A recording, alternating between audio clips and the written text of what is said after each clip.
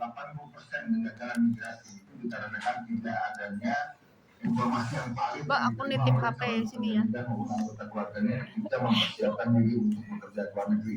Nah, inilah kenapa ada fungsi dari perwakilan Republik Indonesia untuk melakukan verifikasi semua informasi terkait dengan pekerja migran Indonesia, kebutuhan kerjanya, kondisi kerjanya, tata caranya, gaji segala macam ini perlu diverifikasi dan disampaikan kepada pemerintah pusat sampai ke pemerintah desa untuk disampaikan ke para pekerja migran, calon pekerja migran dan juga anggota keluarganya. Ini yang cukup, yang memang saat ini sedang kita bangun suatu sistem end-to-end dari mulai perwakilan, BP2MI, Kemenaker, Kemlu, dan juga ini sudah didorong oleh Presiden Jokowi untuk menjadi satu data nasional yang memang sangat penting, karena saat ini juga kita perlu ketahui, jujur tidak ada angka yang pasti apabila kita membicarakan masalah data. Mungkin dari Kementerian Luar Negeri, BPWRI, Kemenaker, ini masing-masing memiliki data yang cukup berbeda. Untuk itulah kita perlu dorong suatu sistem yang terintegrasi sehingga satu data ini sudah tidak menjadi biar lagi akan menjadi kenyataan di tahun yang mendatang. Selain itu juga memperoleh pelayanan yang profesional dan manusiawi serta melakukan tanpa diskriminasi pada saat bekerja, selama bekerja dan setelah bekerja. Jadi memang tidak ada diskriminasi, tidak ada hal-hal yang bisa mengakibatkan tidak terpenuhinya hak-hak teman-teman semua ketika bekerja ke luar negeri. Itulah kita pastikan bahwa semua perjanjian kerja itu wajib diverifikasi oleh perwakilan Republik Indonesia. Apabila perjanjian kerja tersebut dirasa cukup atau dapat merugikan para calon pekerja migran, bahkan pekerja migran itu sendiri, maka verifikasi itu bisa dinyatakan misalnya ya harus ada perbaikan-perbaikan. Jadi hasil verifikasi harus dapat memastikan bahwa perjanjian kerja itu dapat melindungi hak-hak para pekerja migran Indonesia yang akan bekerja dan sedang bekerja di luar negeri. Selain itu juga mendapatkan hak untuk menjalankan ibadah, memperoleh upah dengan standar upah yang berlaku di negara tujuan. Saya kira Hongkong sudah memiliki aturan yang jelas ya terkait dengan pekerja asing yang bekerja di Hongkong. Ya, kami juga cukup happy ya mendengar bahwa Hongkong, Taiwan, dan sekarang Malaysia yang kita dorong untuk meningkatkan perlindungan negara tersebut terhadap para pekerja kita yang bekerja di Malaysia. Dan juga memperoleh penjelasan hak dan kewajiban juga yang dituangkan dalam perjanjian kerja yang kami sampaikan tadi, menguasai dokumen perjalanan sehingga paspor dan dokumen lain yang penting itu wajib dikuasai oleh para pekerja migran. Juga berserikat dan berkumpul menjadi hak kita, tetapi di beberapa negara ini tidak diberikan akses untuk itu. Mereka hanya bisa bergabung dengan bisa bergabung dengan serikat pekerja yang memang sudah ada, seperti contohnya Malaysia. Malaysia ini teman-teman bagus ya bisa mendirikan suatu serikat, suatu perkumpulan di Hongkong, tapi di Malaysia ini tidak diizinkan sama sekali. Mereka bisa bergabung dengan serikat-serikat pekerja yang memang sudah ada di Malaysia, tetapi tidak bisa membuat sendiri. Dan juga memperoleh dokumen perjanjian kerja, mudah-mudahan teman-teman semua memegang perjanjian kerja sehingga apabila terdapat disharmonisasi terhadap implementasi dari perjanjian tersebut dapat dilaporkan ke perwakilan Republik Indonesia untuk mendapatkan penyelesaiannya.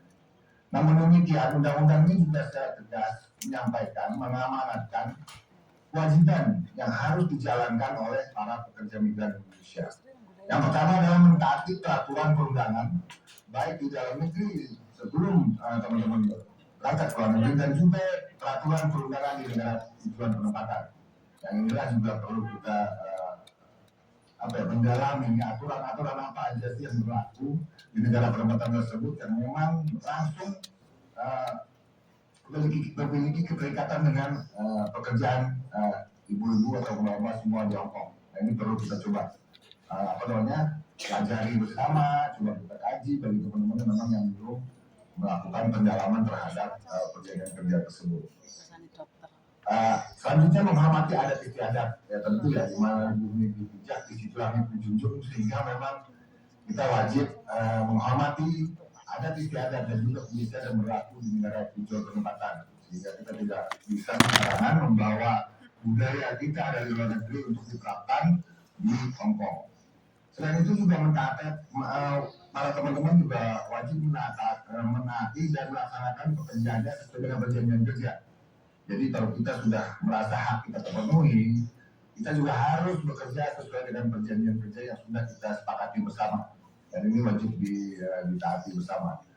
Dan juga ini yang banyak terjadi di beberapa negara, bahwa ada satu kewajiban melaporkan kedatangan, keberadaan dan kepulangan pekerja migran Indonesia kepada perwakilan Republik Indonesia. Mungkin kalau di Hong Kong saya yakin lah teman-teman sudah dilaporkan ketika kedatangannya baik oleh agensi maupun PTGMI. Tapi ada di beberapa negara ini tidak dilaporkan sehingga keberadaan bagi pekerja migran contohnya di Saudi, di Malaysia ini tidak terdeteksi dengan baik ketika kita belum memiliki perjanjian kerjasama bilateral di dalam rangka peningkatan perlindungan pekerja migran Indonesia.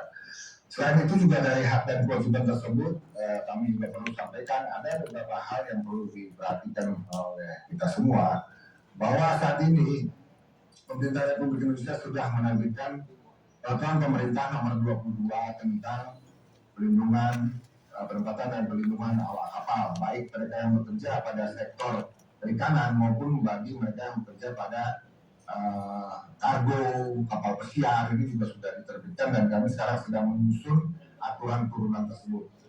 Selain itu juga kami sedang menyusun merevisi aturan terkait dengan sanksi administrasi yang dapat kita kenakan kepada PTGMI yang melanggar. Mungkin ini bagi teman-teman semua yang memang ada cukup bukti, ada juga yang merasa hak-haknya juga tidak terpenuhi, ada juga pelanggaran yang dilakukan oleh PTGMI, cukup coba dilaporkan kepada perwakilan kita di Hong Kong untuk terus nanti diteruskan baik ke PTGMI maupun ke Kementerian Tenaga Kerja Republik Indonesia. Memang kami sering mendengar ya ada kasus-kasus seperti overcharging dan yang lainnya, dan ini terjadi memang sudah puluhan tahun, dan mudah-mudahan dengan forum ini ada berbagai masukan yang konstruktif untuk kami BPDWMI untuk melakukan perbaikan-perbaikan di regulasi kami nanti yang memang akan berdampak untuk perlindungan pekerja migran Indonesia yang akan sedang maupun yang telah bekerja di luar negeri. Nah itulah hal-hal yang perlu kami sampaikan, dan mudah-mudahan kami Kementerian Kerjaan sebagai lembaga yang diamanatkan untuk menyusun regulasi, mengeluarkan regulasi, kalau bahasanya Mbak Yani ya, kita sebagai regulator, Mbak Yani sebagai pelaksana kebijakan. Nah inilah yang perlu kita siapkan ini, sehingga kami betul-betul perlu masukan, karena Hong Kong ini juga menjadi perhatian utama bagi Bu Menteri. Hong Kong, Taiwan ini suatu negara yang memang sudah memiliki aturan perundangan yang kalau kita bilang cukup baik ya dibandingkan dengan negara-negara seperti Singapura, Brunei maupun Malaysia dan negara-negara lain di daerah-daerah Timur Tengah. Kalau di Timur Tengah kita tidak bisa bandingkan lah ya. Mereka ini memiliki sistem dapil yang memang sangat-sangat merugikan pekerja migran Indonesia. Dan perlu kami sampaikan bahwa untuk penempatan pekerja migran sektor domestik Timur Tengah sudah dibuka oleh pemerintah, dan kita sudah memiliki technical assessment yang memang cukup detail yang diharapkan dapat berjalan dengan baik, dan kafil yang dulunya persorangan tetapi sekarang digesek juga menjadi kafilnya pada pengguna berbadan hukum atau perusahaan. Mungkin nanti itu yang dapat kami sampaikan, dan dalam dialog nanti kita akan dapat lebih memperdalam hal-hal yang perlu kita dalami. Demikian, terima kasih. Wassalamualaikum warahmatullahi wabarakatuh. Waalaikumsalam warahmatullahi wabarakatuh. Sebelum kita berlanjut ke sesi tanya jawab, kami mohon perkenan terlebih dulu dari Ibu Sri Andayani, Direktur Penempatan Non Pemerintah Kawasan Asia dan Pasifik BP2MI, untuk dapat menyampaikan sharing informasi dan juga update. Kepada Ibu Yani dipersilakan. Baik, terima kasih. Izin, apakah suara saya sudah terdengar? Terdengar Ibu. Ya. Mohon izin nanti untuk bahan saya sendiri saja. Saya sendiri saja ya. Saya minta akses nanti untuk bisa share screen. Baik, Bismillahirrahmanirrahim. Yang sangat kami hormati, kami muliakan Bapak Konsul Jenderal Republik Indonesia untuk Hongkong, Bapak Ricky Suhendar beserta jajarannya. Yang sangat kami hormati, kami sayangi sohib saya, Bapak Direktur Bina P2MI Kementerian Tenaga Kerja, Mas Rendra, ya. Kemudian tak lupa yang sangat kami sayangi, kami banggakan, kami cintai teman-teman sobat migran di Hongkong. Assalamualaikum warahmatullahi wabarakatuh. Waalaikumsalam warahmatullahi wabarakatuh. Om Swastiastu, Namo Buddhaya, salam kebajikan, salam sehat untuk kita semuanya. Amin. Alhamdulillah. Puji syukur hari ini alhamdulillah kita bertemu lagi nih Pak Ricky Suhendar dan jajaran. Kalau kemarin dengan teman-teman agensi, hari ini bertemu lagi dengan teman-teman pekerja migran di Hongkong, utamanya ada 120 ya organisasi yang mewakili teman-teman di Hongkong yang totalnya tadi Pak Ricky menyampaikan ada sekitar 150.000. Sebelum memaparkan, mohon izin saya berkenan untuk membacakan pantun untuk menyegarkan pagi ini, Bapak Ibu sekalian, teman-teman. Ya. Rame-rame ke bioskop nonton film King Kong. Filmnya Tokopedia. Selamat pagi sahabat migran di Hongkong. Semoga selalu sehat dan bahagia. Mulai dengan paparan izin saya untuk share screen.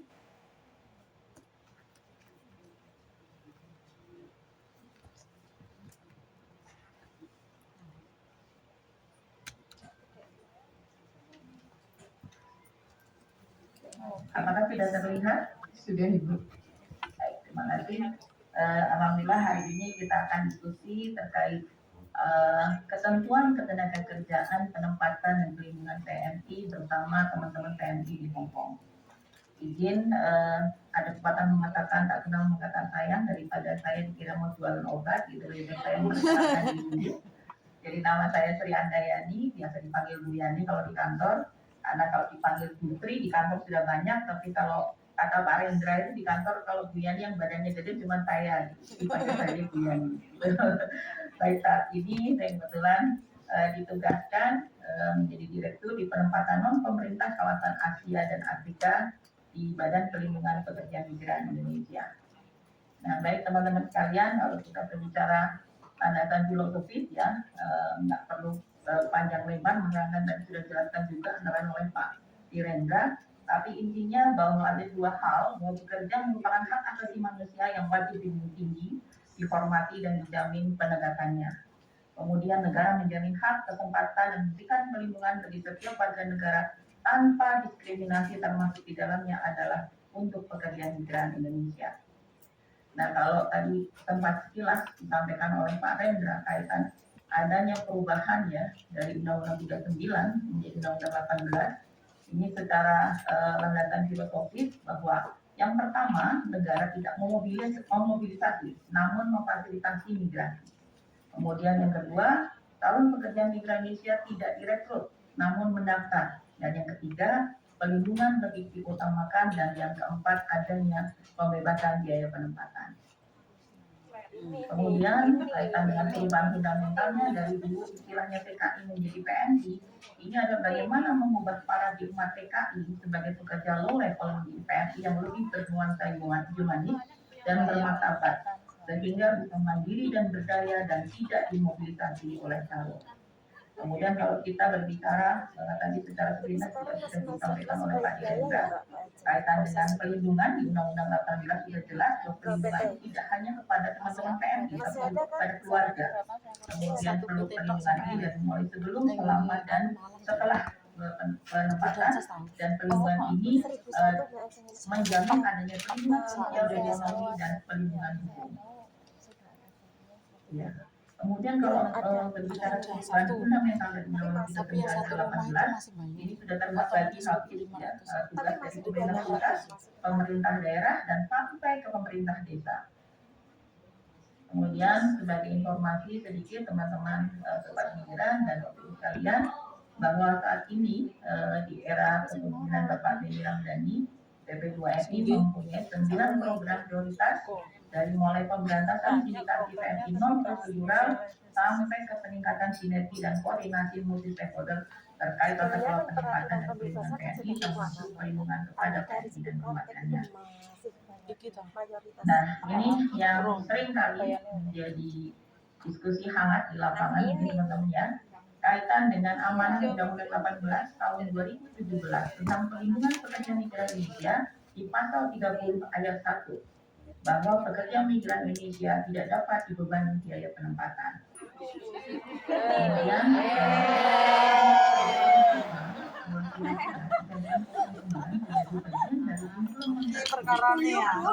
tapi faktanya ya masih banyak yang banyak penempatan ini adalah ada 10 sektor pengurus jabatan yaitu pengurus rumah tangga, pengasuh bayi, juru masak, kemudian supir keluarga, perawat taman, pengasuh anak, petugas kebersihan, pekerja ladang untuk perkebunan dan awak kapal perikanan. Nah, ada pun komponen pembiayaan biaya penempatan yang ditanggung oleh pemberi kerja sesuai dengan Permen Nomor 9 Tahun 2020 Pasal 3 Ayat 1 tentang biaya penempatan yang tidak dapat dibebankan kepada pekerja migran Indonesia, yaitu tiket pulang pergi, visa kerja, legalitas IPK, service agency, kemudian pemeriksaan kesehatan dan psikologi dalam negeri, pemeriksaan kesehatan tambahan, jaminan sosial TNI, akomodasi, SKCK, transport lokal dan paspor. Ketentuan pembebasan biaya penempatan sesuai Permen 09 tahun 2020 pasal 4 bahwa PMI dan keluarganya tidak dapat dibebani pinjaman yang dipaksakan secara sepihak oleh pihak manapun sebagai biaya penempatan yang menimbulkan kerugian sepihak atau dan berakibat pada pemotongan penghasilan selama bekerja di negara tujuan penempatan. Kemudian masih lanjut di aturan pembebasan biaya penempatan bahwa pada saat pengajuan siswa MI dalam dokumen PKP, PK, dan PP harus tertera keterangan terkait pembebasan biaya penempatan ini. Kemudian pemerintah tidak akan mengakomodir adanya overtax yang akan dibebankan pada PMI. Kemudian kalau berbicara komponen pembebasan biaya penempatan yang ditanggung oleh pemerintah daerah, menurut Permen 9 tahun 2020 di pasal 3 ayat 2, yaitu adalah pelatihan kerja dan sertifikat kompetensi kerja, karena ini adalah menjadi prasyarat apabila masih utamanya adalah belum pengalaman ya kaitan dengan kalau di undang-undang yang dipersyaratkan adalah kompetensi. Nah, bagaimana untuk kompetensi? Ada yang membutuhkan pelatihan, ada yang tidak membutuhkan pelatihan. Sudah diatur bahwa ini adalah menjadi tanggung jawab pemerintah daerah. Kemudian di Undang-Undang 18 tahun 2017 tentang pelindungan pekerja migran Indonesia pasal 30 ayat 2 bahwa ketentuan lebih lanjut mengenai biaya penempatan sebagaimana dimaksud pada ayat 1 diatur dengan peraturan kepala badan. Nah, terkait dengan hal ini, apabila untuk yang tidak atau belum dibebaskan biaya penempatan terutama adalah untuk sektor formal lebih banyak ya atau bekerja kepada pengguna berbadan hukum tidak di jabatan yang terendah. Ini untuk struktur biaya penempatan komponen biayanya pertama ada terkait pemeriksaan kesehatan. Ini sesuai dengan Permenkes nomor 26 tahun 2015 tentang tarif pemeriksaan bagi calon TKI. Kemudian pemeriksaan psikologi. Di sini psikotes laporan pendek ini adalah sesuai dengan PP nomor 64 tahun 2019 tentang jenis dan tarif atas jenis penerimaan negara bukan pajak yang berlaku pada Kementerian Kesehatan. Kemudian untuk paspor, ini sesuai PP nomor 28 tahun 2019 tentang jenis dan tarif atas jenis penerimaan negara bukan pajak yang berlaku di Kementerian Hukum dan HAM. Ini bagi teman-teman PNI yang newcomer atau yang masih baru, ini ada nol, tidak ada biaya. Ya. Kemudian yang keempat, kepesertaan jaminan sosial ketenagakerjaan PMI ini sesuai dengan Permenaker nomor 18 tahun 2018 tentang jaminan sosial pekerja migran Indonesia. Yang kelima, surat keterangan catatan kepolisian atau SKCK ini sesuai dengan PP 76 tahun 2020 tentang jenis dan tarif atas jenis penerimaan negara bukan pajak yang berlaku pada kepolisian RI.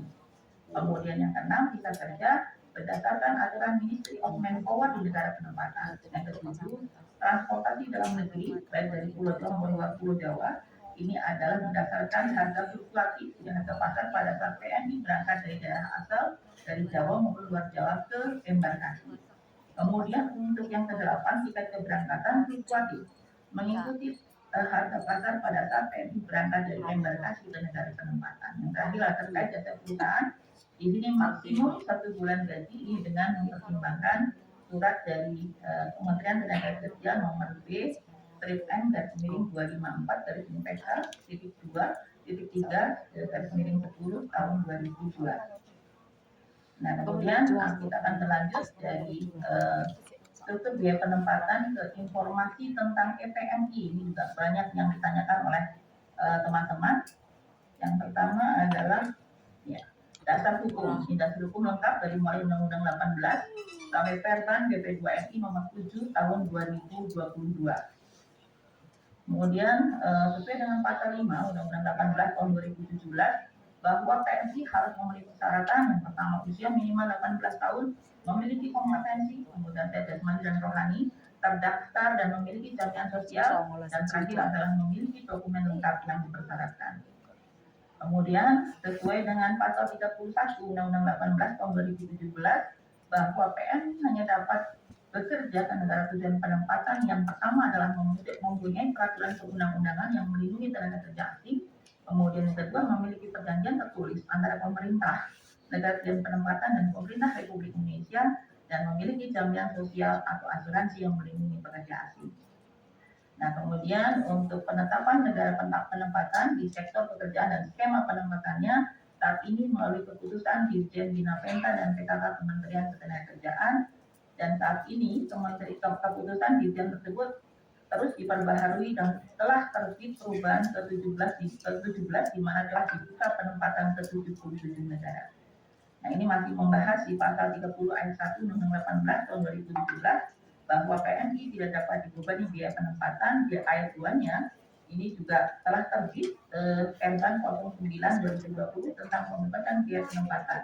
Untuk itu dalam penyampaian job order yang perwakilan perlu memperhatikan mengenai pembebasan biaya penempatan. Ini informasi yang sering juga ditanyakan oleh teman-teman. EKTKLN menjadi EPMI ini sejak ditetapkan di peraturan Kepala BP2MI nomor 7 tahun 2022 pada tanggal 9 Juni 2022, maka EKTKLN atau elektronik kartu tenaga kerja luar negeri saat ini sudah berubah menjadi EPMI yang berbentuk digital, tidak lagi dalam bentuk fisik. EKTKLN atau EPMI tersebut dikeluarkan sekali saat PNI akan berangkat. Ketika perpanjangan kerja PNI dilakukan oleh Kementerian RI di negara penempatan sehingga PNI dapat terdata di Susko TKLN atau Susko P2M. Ya, kemudian pertanyaannya, apa itu EPMI? Jadi EPMI adalah Elektronik Pekerja Migran Indonesia, yang selanjutnya disebut EPMI adalah identitas resmi bagi pekerja migran Indonesia berbentuk elektronik yang memenuhi persyaratan dan prosedur untuk bekerja di luar negeri. Ini artinya sudah memenuhi semua tahapan proses penempatan. Nah, setiap calon PMI atau PMI yang ditempatkan di luar negeri wajib diberikan elektronik kartu berbentuk EPMI. EPMI sebagaimana dimaksud berisi data identitas PMI termasuk sidik jari biometrik dan diterbitkan oleh BP2MI. EPMI sebagaimana dimaksud diberikan pada saat mengikuti OPP atau orientasi pra keberangkatan. Data identitas PMI sebagaimana dimaksud paling sedikit memuat keterangan jati diri PMI, nama alamat, tempat tanggal lahir, jenis kelamin, dan identitas ahli waris. Dokumen perjalanan dan dokumen kerja PNI, P3MI, mitra usaha dan atau hubungan, kepesertaan asuransi dan nomor rekening calon bank calon PNI di Indonesia. Nah, yang penting yang perlu teman-teman pahami dan teman-teman ketahui bahwa pembuatan EPMI ini adalah gratis, tidak berbayar. Karena semua sudah disiapkan dan ditanggung oleh negara. Dalam hal ini adalah diberikan oleh BP2MI. Kemudian apa sih manfaatnya EPMI? Yang pertama adalah terdaftar dalam Sisko TKLN atau Sisko P2M. Kemudian fungsi daripada EPMI dalam upaya perlindungan hukum bagi PNI yaitu sebagai kartu identitas PNI yang bekerja di luar negeri.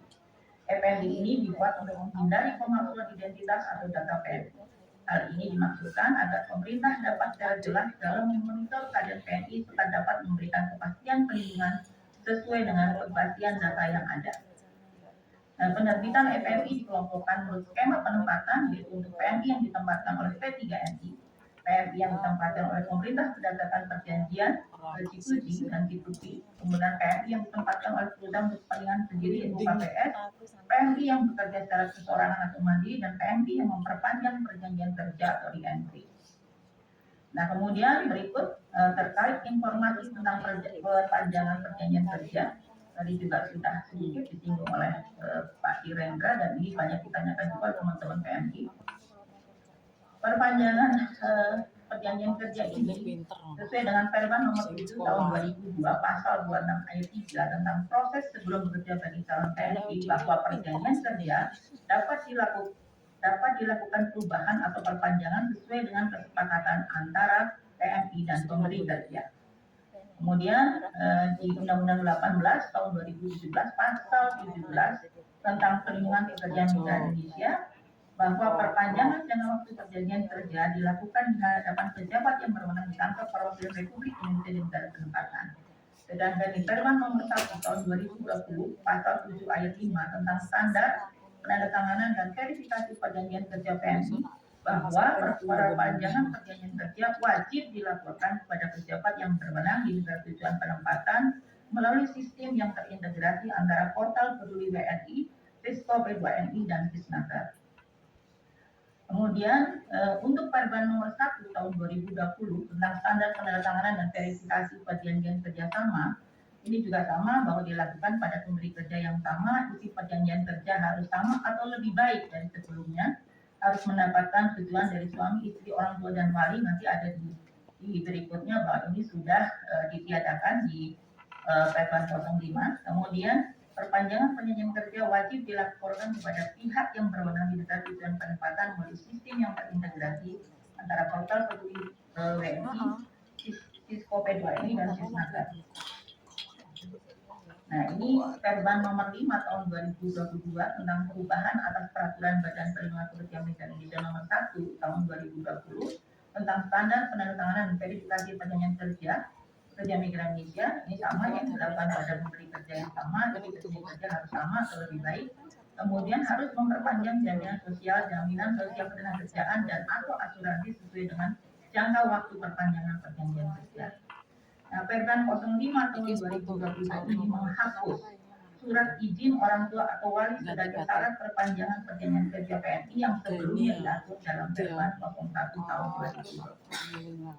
Kemudian kalau berbicara Permenaker Menteri tahun 2015 ini juga sama tentang tata cara perpanjangan perjanjian kerja pada pengguna perseorangan, dapat diperpanjang jangka waktu paling lama 2 tahun. Perpanjangan PK dapat dilakukan negara penempatan tanpa harus pulang di Indonesia. Kemudian perpanjangan PK dapat dilakukan oleh P3NI atau PMI yang bersangkutan. Kemudian perpanjangan PK harus disepakati oleh kedua belah pihak sekurang-kurangnya 3 bulan sebelum masa kontrak kerja berakhir. Nah, perpanjangan PK dan jangka waktu PK harus mendapat persetujuan dari pejabat ketenagakerjaan di negara penempatan. Nah, untuk kesimpulan untuk perpanjangan kerja, yang pertama bahwa pembuatan EKTKLN atau EPMI hanya 1 kali saja. Untuk dapat mengaksesnya dapat melalui aplikasi EKTKLN Reader atau di website pp2mi.id melalui menu EPMI. Tinggal dimasukkan nomor paspornya saja. Kemudian yang ketiga, di beberapa negara penempatan seperti Hong Kong, Taiwan, Singapura diperbolehkan perpanjangan kerja tanpa harus pulang ke Indonesia, baik itu pada pemberi kerja lama ataupun pemberi kerja baru atau istilahnya re-entry maupun training. Kemudian yang keempat, untuk perpanjangan perjanjian kerja baik di dalam maupun luar negeri wajib membayar perpanjangan ke peserta BPJS TK. Ini tadi sudah disebutkan oleh Pak Irendra, dan ini diatur oleh undang-undang dan berlaku untuk semua pekerja baik yang bekerja di dalam negeri maupun di luar negeri. Kemudian yang terakhir, kesimpulan, jika kontrak sudah selesai dan akan diperpanjang atau akan mengganti majikan, maka perjanjian kerja harus diganti baru dan melapor ke perwakilan RI negara penempatan, baik itu KPRI maupun KJRI, untuk update datanya. Ya, demikian Bapak Ibu sekalian, teman-teman semua, paparan kami pada hari ini. Jadi setelah ini nanti lebih banyak diskusi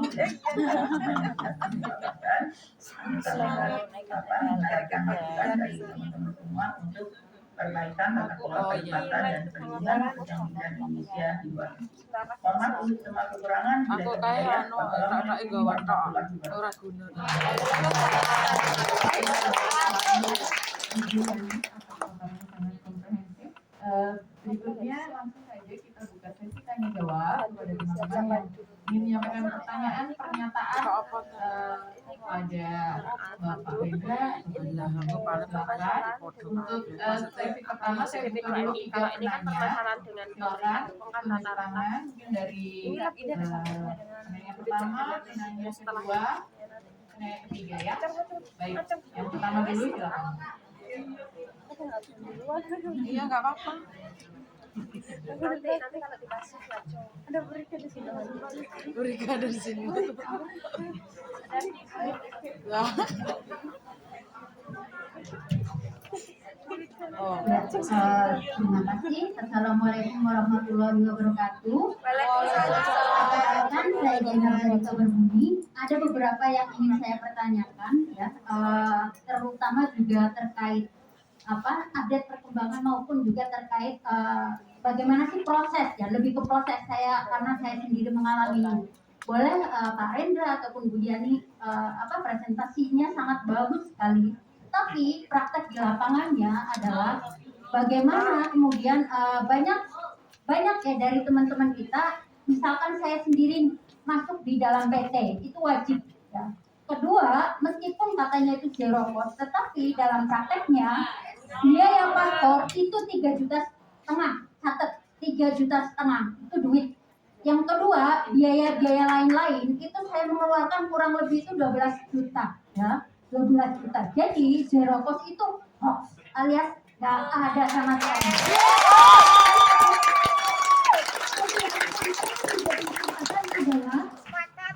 Banyak teman-teman kita dalam kondisi situasi COVID hari ini banyak yang kena mental. Kenapa? Karena satu, tekanan kerja, jam kerja panjang dan lain sebagainya.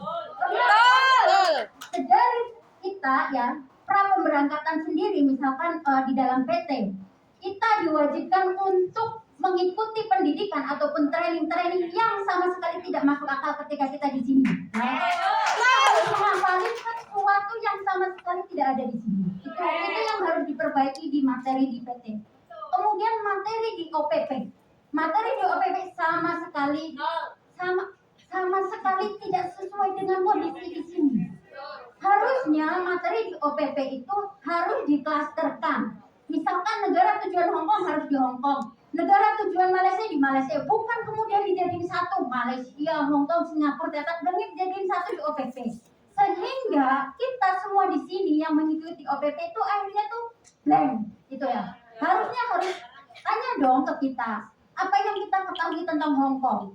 Apakah kita tahu tentang budaya Hongkong? Apakah kita tahu tentang orang-orang di Hongkong? Harusnya begitu, bukan kemudian yang memberi materi hanya jalan 1-2 kali jalan-jalan di Victoria Park terus kemudian jadi materi. Enggak gitu konsepnya gitu loh. Jadi bagaimana itu harus diperbaiki. Kemudian UJK itu juga sangat formal, ya. UJK itu sangat formal sekali. Masya Allah. Orang-orangnya itu, mereka yang menilai itu, mereka asing makan. Tetapi kita disuruh kerja ya formalitas aja. Kemudian ada PT yang mengasih bocoran, udah nggak apa-apa, yang penting kamu nikah aja gitu. Ini kan hanya formalitas. Oh gitu. Oke, itu di lapangannya, ya. Kemudian di dalam prakteknya tadi Ibu bilang bahwa semua biaya itu ditanggung, khususnya biaya pelatihan, biaya paspor, biaya medikal, ya. Medikal saya mengeluarkan itu 950. Ya, itu 950. Belum lagi data-data yang dibayar di bawah parkiran. Ketika saya mau minta kwitansi itu mereka enggan untuk mengeluarkan, ya kan? Sehingga kita itu nggak bisa untuk mengklaim itu. Terus yang kedua adalah biaya penempatan yang sekarang ini menjadi momok besar khususnya di Hongkong, ya. Itu harus diperbaiki karena Kepmen 98 itu sama sekali sudah nggak relevan untuk hari ini.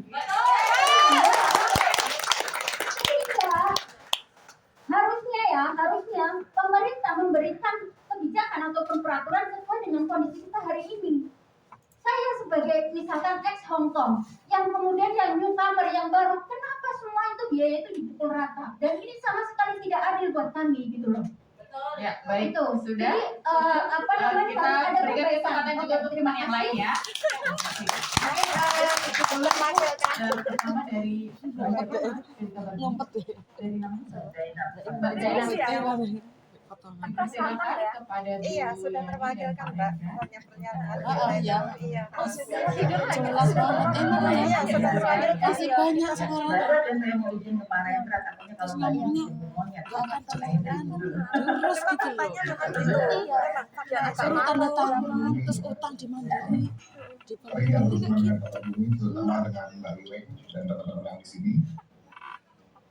Terkait dengan paspor ya, ini juga kami dengar dan kami juga sudah melakukan koordinasi dengan pihak imigrasi bahwa pihak imigrasi menyampaikan ini kan untuk paspor yang baru, jadi untuk PPM yang baru tidak dikenakan biaya begitu bahasanya. Nah, ini kan ada satu Saya sudah naruh tanda tangan di tangan mana tapi setiap pembuatan paspor ini ada melalui paguyuban.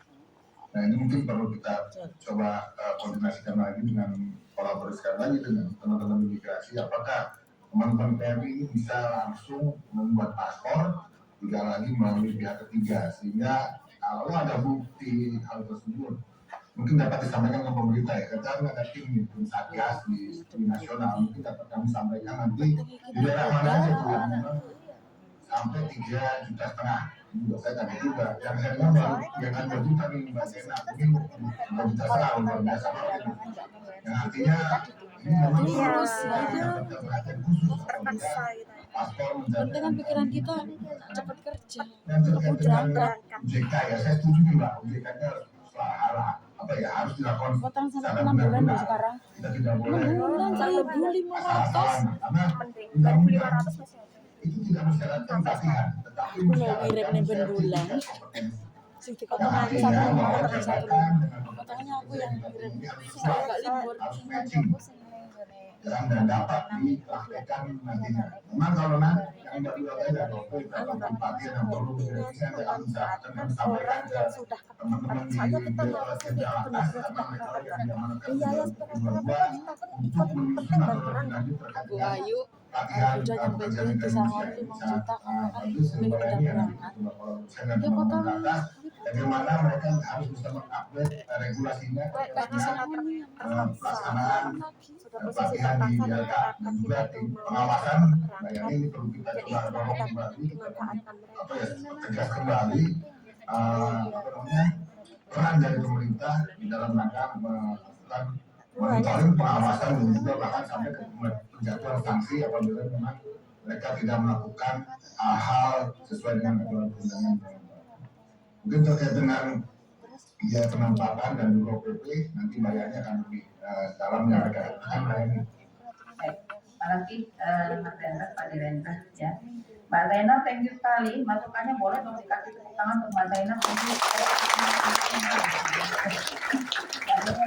Disampaikan Mbak Zainab ini yang memang menjadi perhatian kita di lapangan. Ini satu-satu dulu ya. Sekarang kaitan dengan proses. Nah ini sekaligus kami mensosialisasi.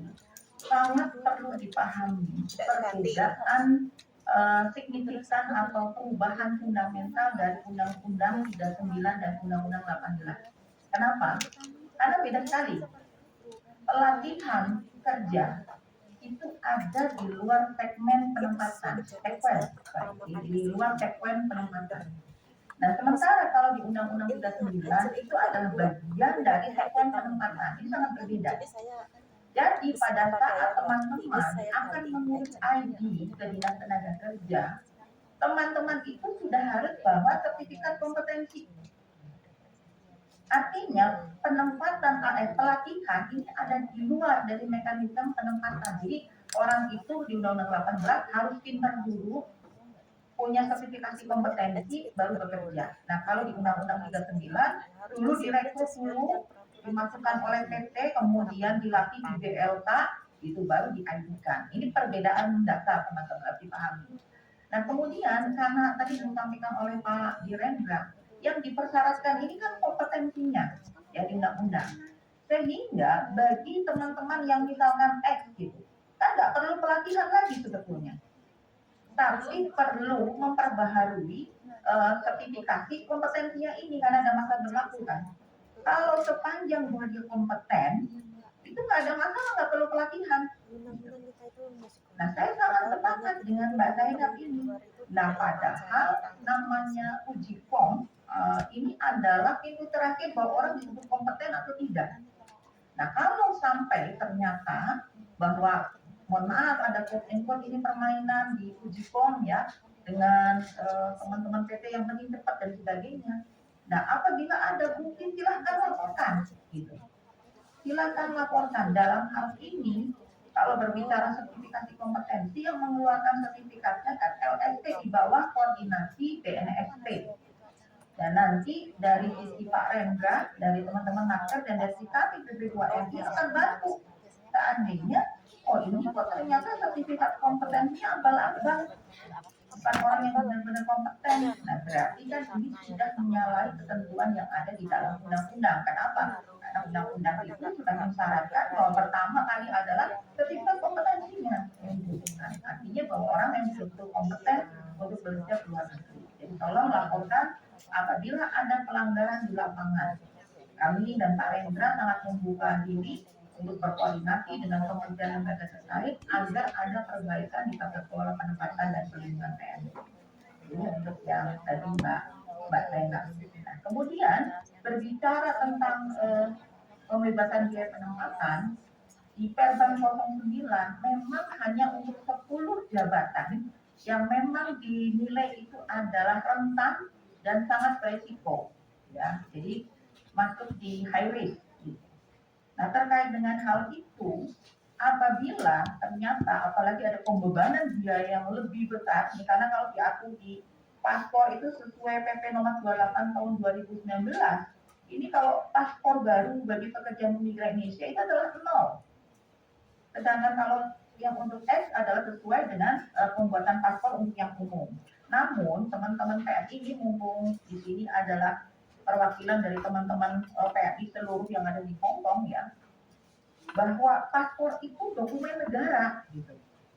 Jadi tolong paspor ini juga betul-betul dijaga. Artinya kadang-kadang banyak teman-teman yang nggak aware nih, ada yang kena kopi gitu, kena teh, ada yang lecet dan sebagainya. Nah ini ada aturan mainnya, itu diatur ya, diatur di PP 28 tahun 2019. Kalau rusak itu 500.000, kalau hilang itu 1 juta. Nah kalau tadi Mbak Zainab menyampaikan yang baru itu sampai 3.500.000, betul kata Pak Reza. Kalau memang ada buktinya laporkan. Sekarang semua transparan, Mbak.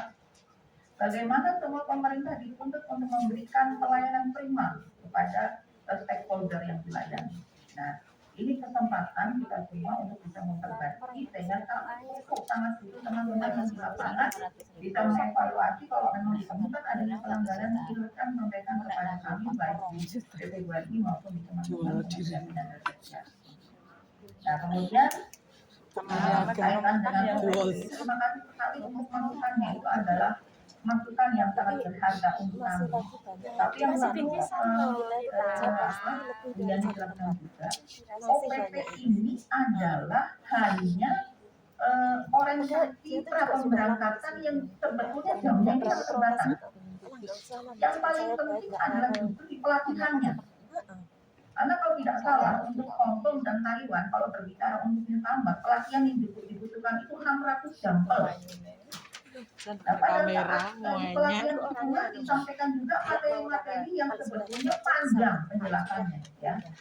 Itu kalau di OPP itu sebetulnya adalah hari OPP itu pertemuan terakhir antara teman-teman TNI dan pemerintah sebelum dilepas berangkat.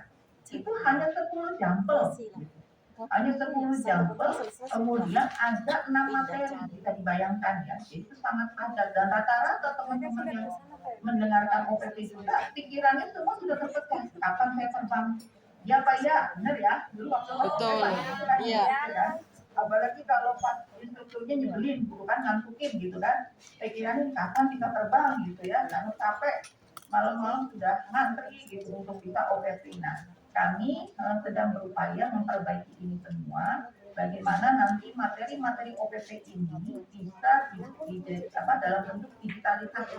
Jadi secara digital bisa diakses oleh teman-teman melalui HP gitu. Oh, kalau lupa berarti nanti bisa teman-teman baca sendiri. Karena memang dengan waktu yang sangat terbatas itu menjadi sangat tidak efektif. Sebetulnya OPP itu kalau di Jawa itu kayak gini loh.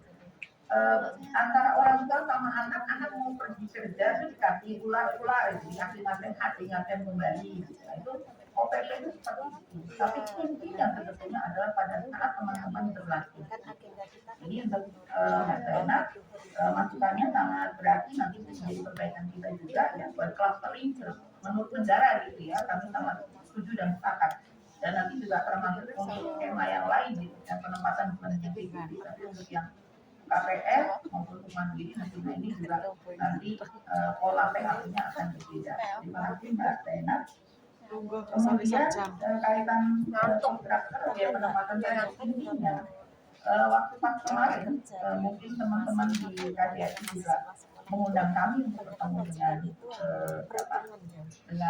agensi Hongkong. Pada prinsipnya mereka bersedia membayar. Yang penting ada kontraktornya apa saja yang mereka bayar sehingga teman-teman betul-betul dibebaskan biaya. Kemarin ada masukan juga dari teman-teman di tenaga kerja, Kementerian Luar Negeri, kemudian PNK dan teman-teman KSP.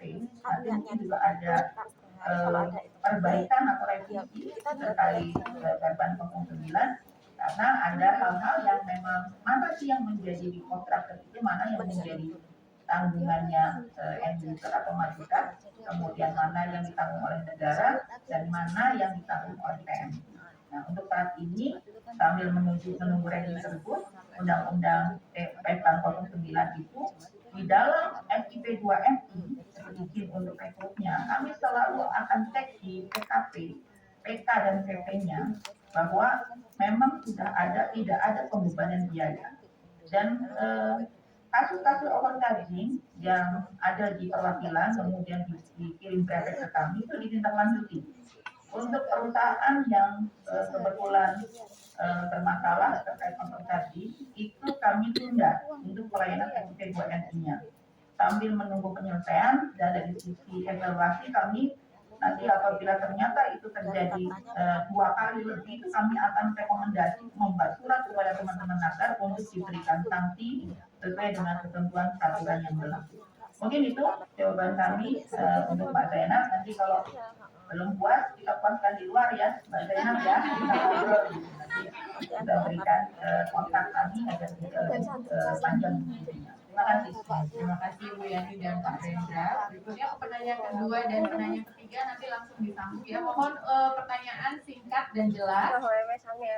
Silakan. Dipersingkat. Terima kasih. Selamat pagi. Assalamualaikum warahmatullahi wabarakatuh. Waalaikumsalam.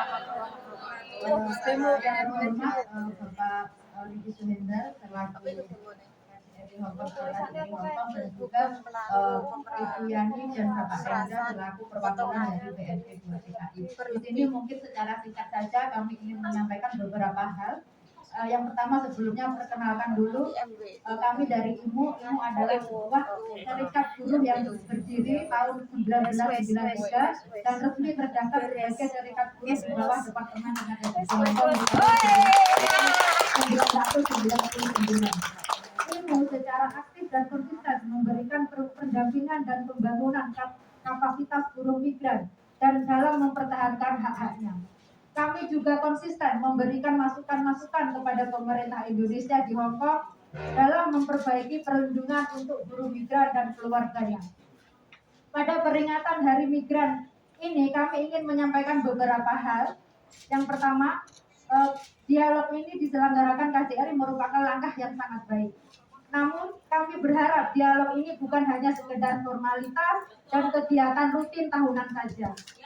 Mengingat sampai saat ini KJRI belum menanggapi beberapa tuntutan yang telah kami sampaikan berkali-kali di pertemuan-pertemuan dan dialog sebelumnya melalui surat, online maupun bertatap muka langsung. Kami berharap KJRI tidak hanya menampung dan mendengarkan, masukan dari perwakilan buruh migran yang hadir dalam dialog hari ini. Tetapi tidak ada tindak lanjut. KJRI harus memberikan langkah-langkah, program dan juga menjawab tuntutan ataupun masukan dari kami. Dalam hal ini kami ingin mendengarkan penjelasan KJRI terkait masukan dari kami pada dialog yang diadakan KJRI sebelumnya, salah satunya terkait mekanisme pelaporan overcharging yang memang sampai saat ini masih dialami oleh kawan-kawan buruh migran. Kami ingin ada tindak lanjut dari kasus yang telah kami laporkan dari bulan Juni hingga November. IMU telah menerima pengaduan dan melaporkan kasus overcharging sebanyak 23 orang dari PT yang berbeda. Karena tidak ada mekanisme pengaduan overcharging yang dibuat oleh pemerintah di tengah aturan zero cross, maka jumlah korban overcharging tetap ada, bahkan jumlah potongan jauh lebih banyak dan besar. KJRI tahun lalu masih memfasilitasi pengaduan ini dan ini berdampak sangat positif, di mana PT tidak semuanya sendiri dalam menarik semaunya sendiri dalam menarik biaya potongan. Mekanisme yang telah KJRI lakukan dalam membantu korban overcharging tidak dijalankan lagi, sehingga kami tidak tahu perkembangan pengaduan yang kami laporkan ke KJRI. Lagi-lagi korban harus menunggu dalam rentan waktu yang cukup panjang dan cukup lama dan menghadapi ancaman dari berbagai pihak. Kami berharap KJRI lebih proaktif dan mengambil inisiatif untuk melawan overcharging. Sungguh sangat ironis memang, di tengah pemerintah sudah menggemborkan aturan zero cost, tetapi sampai saat ini masih banyak korban overcharging. Itu terbukti di lapangan. Kemudian dari Januari sampai Oktober 2002 IMU sudah menerima beberapa overcharging dari PT yang berbeda, dan bahkan pada bulan Desember saja IMU menerima 8 pengaduan overcharging itu dari PT Tistama Argaraya itu sebesar 2.807 itu setiap bulan selama 6 bulan. Setiap korban yang melapor ke KJRI, petugas selalu menyarankan untuk membayar dulu dengan potongan yang penuh, kemudian tidak memberikan masukan bagaimana jika para korban ini diteror oleh agen ataupun oleh PJTKI. Yang terakhir mungkin kami ingin menyampaikan terkait satu pelayanan yang lambat untuk merespon saat kami melaporkan kasus ke KJRI. IMU pernah membantu seorang PMI yang mengalami masalah kondisi kerja. KJRI malah mengintimidasi korban dengan melarang menghubungi organisasi lagi. Seharusnya KJRI berterima kasih karena organisasi telah menjadi jembatan bagi PMI untuk mengadukan persoalan. Ini menjadi pertanyaan besar memang bagi kami, mengapa banyak PMI yang lebih percaya diri untuk mengadukan masalahnya ke organisasi. Mungkin itu aja yang ingin kita sampaikan. Mungkin kita lebih menegaskan bahwa berlakukan mekanisme potongan overcharging yang transparan dan secara tepat. Itu aja, kurang lebihnya kami mohon maaf. Wassalamualaikum warahmatullahi wabarakatuh. Penanya ketiga langsung, bentar. Nanti ya untuk sesi selanjutnya ini. Silakan.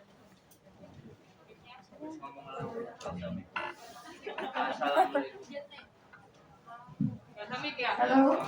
Sini saya yang nomor 3 sini. Ya, saya. Nomor 3 di sini. Sebentar ya. Sudah duluan ya. Terima kasih. Assalamualaikum warahmatullahi wabarakatuh. Waalaikumsalam. Salam sejahtera, selamat pagi semuanya. Untuk kenalkan, saya Diana Susarti Kurnia dari komunitas Bisub Rongkong. Mungkin teman-teman ini ya sudah menuntut semuanya dari segi MI maupun KJRI. Kalau saya sebagai konten kreator itu lebih kepada solusi. Jika KJRI Hongkong sudah melaksanakan diskusi kemarin dengan agensi, kenapa tidak dijembatani Asosiasi Majikan Hongkong, agensi dan ormas serta komunitas dari perwakilan kita semua? Karena untuk menyelesaikan berbagai masalah teman-teman di Hongkong, kita itu yang terbaik adalah membutuhkan solusi yang tepat. Jika melaksanakan diskusi interaktif yang secara terpisah, itu kita tidak tahu apa yang dibicarakan KJRI Hongkong kemarin dengan agensi, dengan para staf. Oke, untuk yang kedua tentang ini ya, ada teman juga, bagaimana perlindungan pekerja migran Indonesia yang baru datang Tiongkok jika dipekerjakan tidak sesuai dengan kontrak kerjanya. Karena kalau dipekerjakan 2 rumah itu, yang satu itu tercover sama kohim atau asuransi, dan yang di rumah kedua itu kan tidak tercover. Bagaimana tindakan KJRI Hongkong ini terhadap agensi, terhadap majikan di Hongkong? Karena pekerja migran tersebut itu tahunya di saat dia sudah bekerja di Hongkong, dan dia tidak bisa melawan karena dia merasa takut dan masih baru. Begitu. Untuk selanjutnya, Sandra bisa menambahkan sedikit. Terima kasih. Oke, sudah luar biasa ya. Sekali lagi tepuk tangan untuk teman-teman semuanya ya. Terima kasih hari ini saya baru mengikuti hadir dan luar biasa semangatnya teman-teman. Saya di sini berbicara di luar konteks, tapi kami sebagai konten kreator, jadi kami berusaha menyampaikan dan membuat konten di mana konten itu bisa menjadikan pembelajaran buat teman-teman, edukasi juga buat teman-teman. Kebetulan saat ini kami sudah ada 2 konten dan kami memproduksi dalam sekitar 6 bulan 2.300 konten. Dan satu konten lagi 852 konten. Jadi ini menurut saya sangat tidak berhubungan dengan masalah, tapi kami ingin hanya mencari solusi. Karena semuanya yang dipaparkan sama teman-teman itu pasti sudah dibahas berpuluh-puluh tahun yang lalu. Jadi yang ingin kita bahas adalah ketika mereka sudah datang di sini, bagaimana yang diusir majikan gara-gara COVID, bagaimana yang tidak diberikan uang makan, bagaimana yang tidak diberikan tempat tidur yang layak. Nah ini semuanya kan sudah terjadi. Jadi dari konten yang laku, dari konten yang kami buat, satu hari kita bisa mencapai penonton sampai 156.000. Dan tadi yang disampaikan sama Bapak Konjen, dari 150.000 pekerja. Jadi kami berusaha meng-engage, jadi kita berusaha untuk meng-cover. Dan kenapa konten itu laku? Karena mereka merasa itu penderitaan mereka. Dan kami di 5-6 menit pertama adalah mendengar persoalan mereka. Dan kenapa mereka terus ingin bercerita? Berarti satu poin yang kami ingin dapatkan dari teman-teman adalah mereka ingin didengar. Ya, karena kami konten kreator, sekali lagi, keterbatasan ilmu, keterbatasan pengetahuan, keterbatasan hal-hal yang harus disampaikan ke teman-teman dari Konsula sendiri, kami juga tidak memegang materinya. Tetapi di forum ini saya mencoba ingin menyampaikan bahwa sekarang eranya digitalisasi. Jadi kalau kita campaign di masa lalu mungkin kita turun ke jalan, seberapa efeknya. Tapi dengan sosial media, maka pesan-pesan itu akan tersampaikan dengan baik dan benar. Jadi tadi yang disampaikan teman saya adalah ingin bertemu, berdiskusi. Kalau saya tetap dengan jalan kami, tapi ketika ini akan diapresiasi oleh KJRI untuk bisa memberikan, karena saya pernah melihat ada acara train the trainer. Jadi seperti itu, dan yang dibutuhkan teman-teman itu action. Yang dibutuhkan teman-teman bukan wacana, bukan teori, tapi action pada saat di lapangan. Kalau ada yang nemu masalah harus diapain. Persoalannya di situ, dan kami mencoba setidaknya awal kita mendengar dulu keluhan mereka agar mereka tenang. Ketika mereka tenang, mereka akan bisa berpikir. Ketika mereka bisa berpikir, mereka akan tahu bagaimana caranya menyelesaikan persoalan mereka. Ya, baik. Mungkin itu, terima kasih dari komunitas YouTuber. Baik, terima kasih dari komunitas YouTuber dan Ibu. Mungkin sebelum lanjut ke pertanyaan yang lain, ada tanggapan dulu dari Bu Yani atau Pak Rendang tadi terkait overcharging dan lain sebagainya. Ya, izin Pak Direktur, mungkin saya perlu menyampaikan lagi ya kaitan pembebasan biaya tadi ya, kaitan struktur biaya penempatan. Jadi teman-teman sekalian, sobat migran, untuk saat ini karena Perban 09 2020 itu masih diberlakukan, artinya masih belum ada revisi, sehingga untuk 10 jabatan yang tadi sudah saya sebutkan ya, 10 jabatan yang dianggap rentan itu adalah low skill dan high risk, itu adalah komponen biaya atau komponen biaya penempatannya tadi tidak ada di paparan saya ya, mungkin bisa diperlihatkan kembali.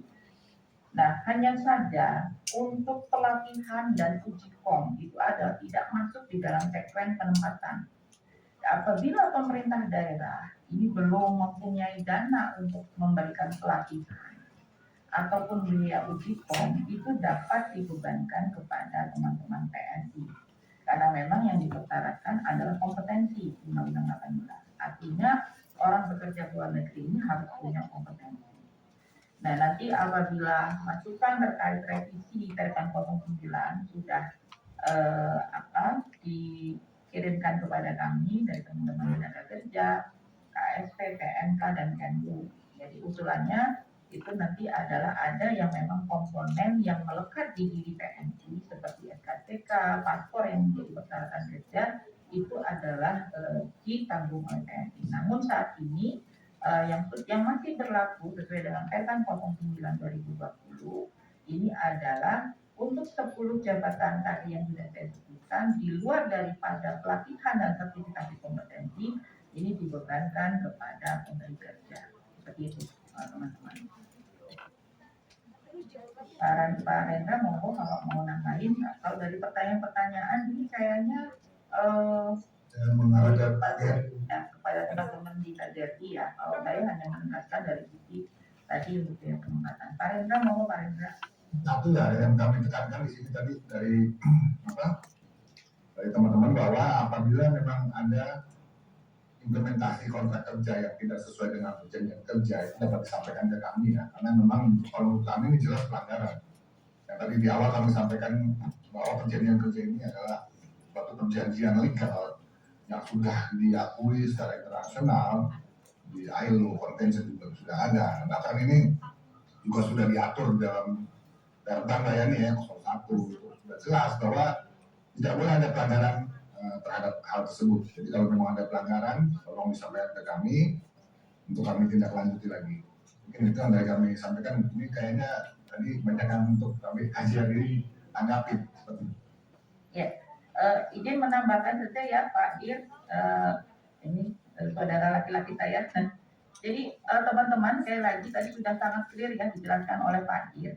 Nah, ini juga mengedukasi untuk teman-teman semuanya, apalagi di sini adalah perwakilan ya asosiasi, bahwa pada saat teman-teman PNI ini menandatangani perjanjian kerja, mohon untuk betul-betul dipahami, bukan masalah itu yang penting bisa terbang, yang penting bisa pergi ke luar negeri, bukan seperti itu.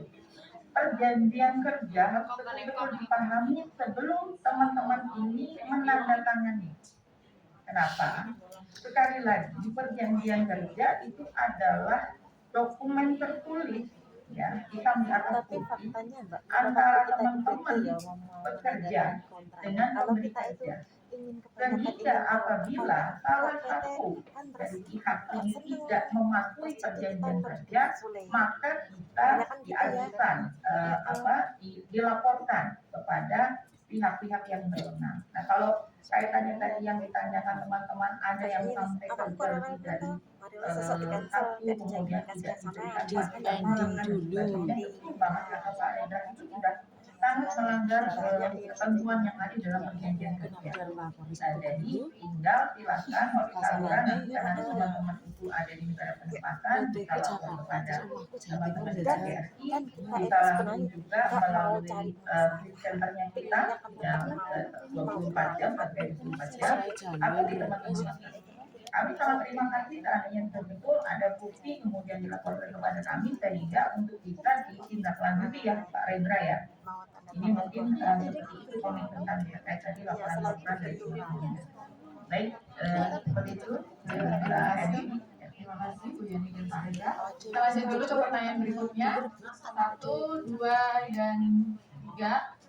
Silakan pertanyaan pertama. Halo, sebelumnya Assalamualaikum warahmatullahi wabarakatuh. Perkenalkan nama saya Lina dari BTMN Pilar Hongkong. Saya sedikit menambahi terkait biaya komponen yang dibuat yang diberatkan oleh pemberi pekerja.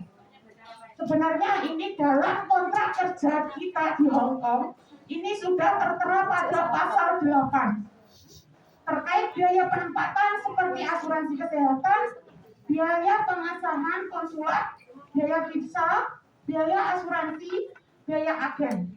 Dan pada pasal 7 pada kontrak kerja terkait tiket dan transportasi kedatangan awal, semua itu sudah diberatkan oleh majikan. Dan meskipun di Indonesia pekerja migran di PT, kenapa masih diberatkan dan disuruh membayar potongan? Dan sebagian buruh migran yang sudah ex Hong Kong, mereka mempunyai visa paspor yang berlaku, mereka juga tetap memberikan potongan agen sebesar seperti yang tertera pada pasal nomor 98 tahun 2012 tersebut. Bagaimana KJRI menindaklanjuti kasus ini? Dan sampai saat ini pemerintah juga masih diam, bahkan KJRI sampai saat ini tidak mencantumkan pengaduan kasus overcharging. Kami sangat menegaskan kepada KJRI, tolong dengan sangat cantumkan pada kasus pengaduan KJRI terkait kasus overcharging. Kalau kasus overcharging di Indonesia terkait hak-hak pelatihan, visa, tiket, dan lain-lain belum direvisi, kami sangat meminta KJRI untuk mencantumkan kasus overcharging tersebut dalam pengaduan. Begitu saja, terima kasih dari saya. Wassalamualaikum warahmatullahi wabarakatuh. Assalamualaikum warahmatullahi wabarakatuh. Yang kami hormati Ibu Yani, Pak Rendra, juga Bapak Ricky Soender. Terima kasih sudah mengundang kami untuk dialog interaktif pada pagi hari ini. Saya Rosida dari Gabungan Migran Muslim Indonesia atau GAMI, sebuah aliansi muslimah dari 16 organisasi. Di sini kami ingin menanyakan kepada Bapak Ricky Soender sebagai Konsulat Jenderal RI, satu-satunya perwakilan yang ada di Hong Kong, apa program KJRI untuk akhir tahun ini dan tahun yang akan datang? Itu yang pertama. Yang kedua, banyak permasalahan PMI yang sampai saat ini untuk masalah job hopping yang sangat merugikan kita sebagai pekerja, harus mengalami deportasi paksa karena visanya harus ditolak.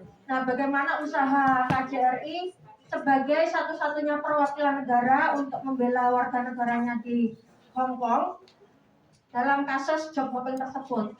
Terus juga banyak kasus PMI yang tidak dikasih tiket pulang, Pak, ketika punya masalah sama majikan dan langsung dilempar ke agen, sehingga ketika dia pulang itu tidak punya tiket pulang, begitu. Terus akhirnya dia minta kiriman uang dari keluarganya yang ada di tanah air. Itu ada kasus seperti itu.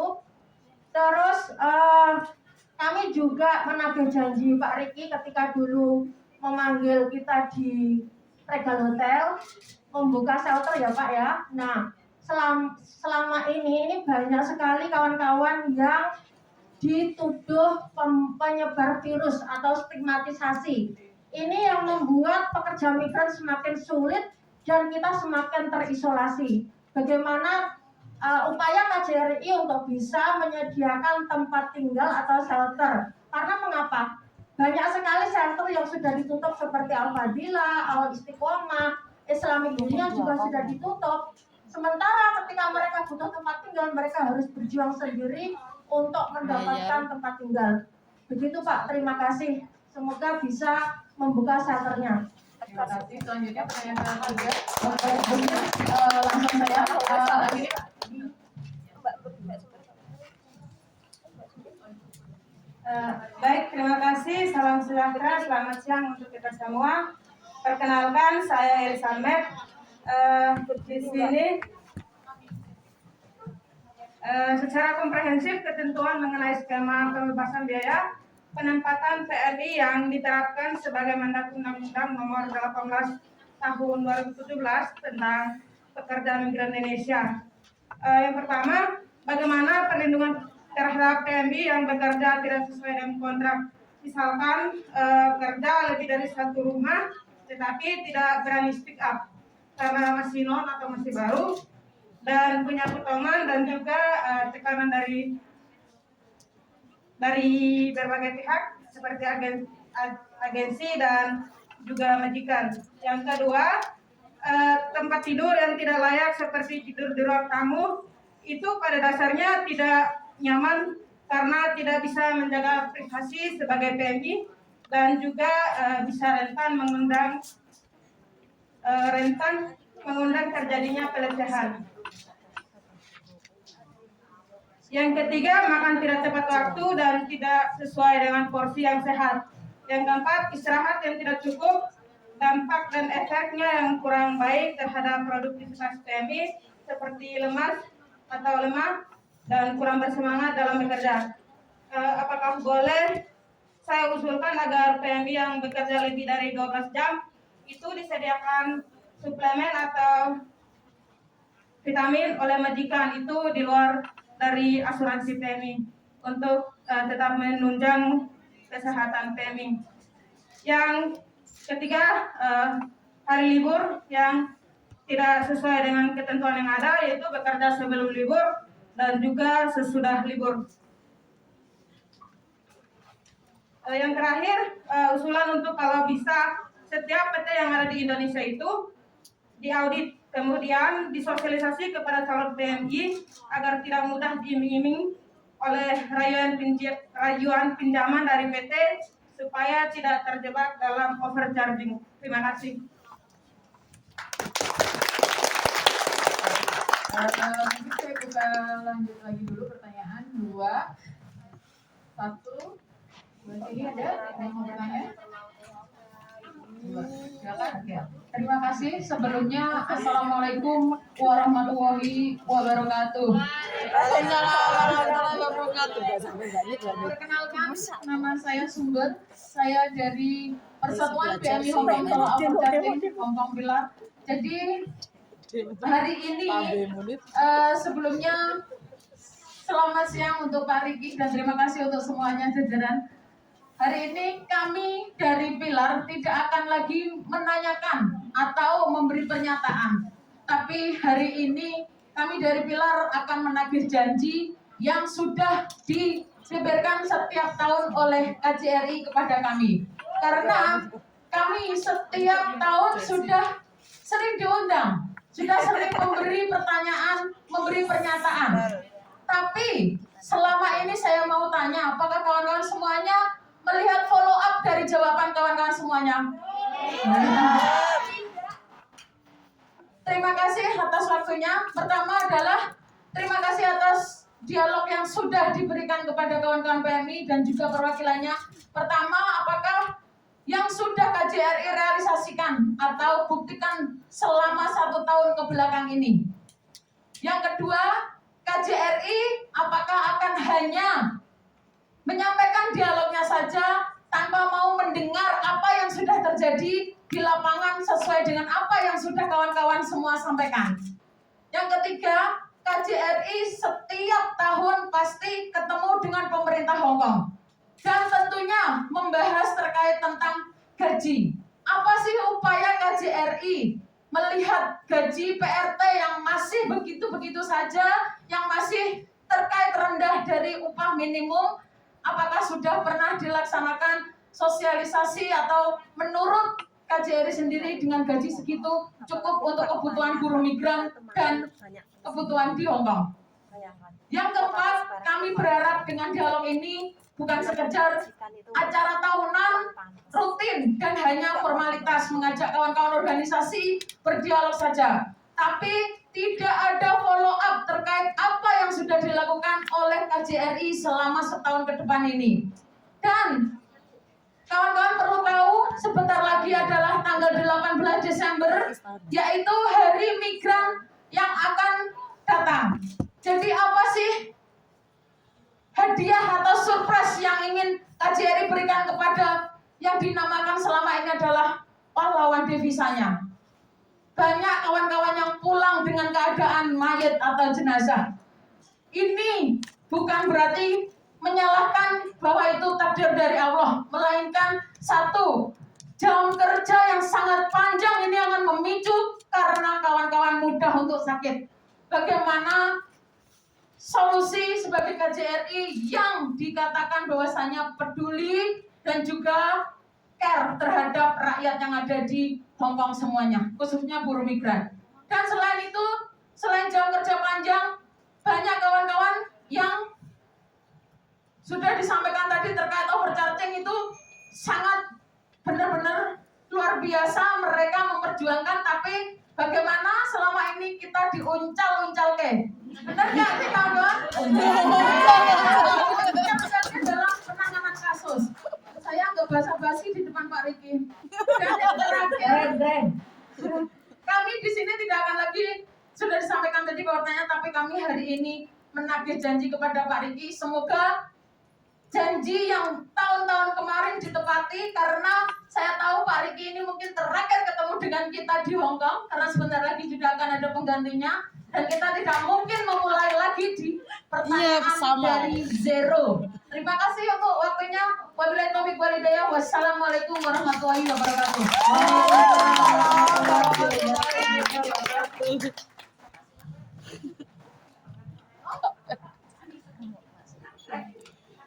Selamat siang dan assalamualaikum warahmatullahi wabarakatuh. Salam sehat, salam sejahtera bagi kita semua. Satu nama budaya, salam kebajikan. Yang terhormat Bapak Rizky Sohendar dan yang terhormat pula Bapak Ibu Yani selaku dari BP2MI, Pak Rendra Setiawan, terima kasih sudah hadir dan memberikan materi untuk kita semua. Yang hari ini saya akan perkenalkan dulu. Perkenalkan, nama saya Atan, saya dari organisasi POM, Voice of Migrant atau KMTH. Saya akan menyampaikan tentang isu-isu yang sudah terjadi di lapangan, apalagi yang sudah dibahas lebih awal, masalah overcharging. Masalah overcharging ini, banyak PMI yang dituntut ataupun diancam dengan terminate oleh pihak PJTKI karena mereka tidak mau membayar potongan tersebut ataupun keberatan. Maka dari itu, saya harap pihak BP2MI menekankan kembali atas ketentuan-ketentuan yang sudah ditetapkan dalam undang-undang tersebut agar pihak PJTKI tidak memberikan ataupun penyampaian kepada TKW ataupun PMI hanya sekedar formalitas saja.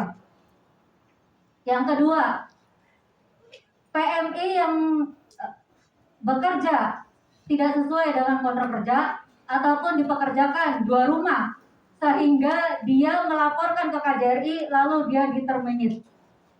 Saya harap dari Bapak Rizky Sohendar ataupun pihak jajaran KJRI memberikan pertolongan yang tepat, jangan sampai dipulangkan.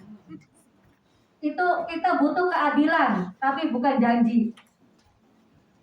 Hanya itu aja yang saya sampaikan. Terima kasih. Assalamualaikum warahmatullahi wabarakatuh. Assalamualaikum. Terima kasih untuk waktunya kepada bapak-bapak dan ibu-ibu, teman-teman semuanya yang tadi sudah menyampaikan materi dengan sangat luar biasa, Bu Yani dan juga Pak Rendra. Perkenalkan, saya Marifa dari Asosiasi Buruh Migran Indonesia. ATKI berdiri tahun 2000 sampai sekarang alhamdulillah masih ada dan silih berganti. Saya ingin menyampaikan beberapa poin terkait dengan tadi teman-teman yang sudah banyak sekali permasalahan yang disampaikan oleh teman-teman yang selama pandemi COVID ini banyak sekali teman-teman mengalami kasus tidak bisa istirahat dengan baik, pekerjaan yang luar biasa double-doublenya. Jangankan tadi seperti Pak Hendra ya, kalau tidak salah, menyampaikan kebebasan untuk bisa beribadah di Hongkong. Jangankan untuk hanya beribadah, mau istirahat pun teman-teman dibatasi untuk jam liburnya.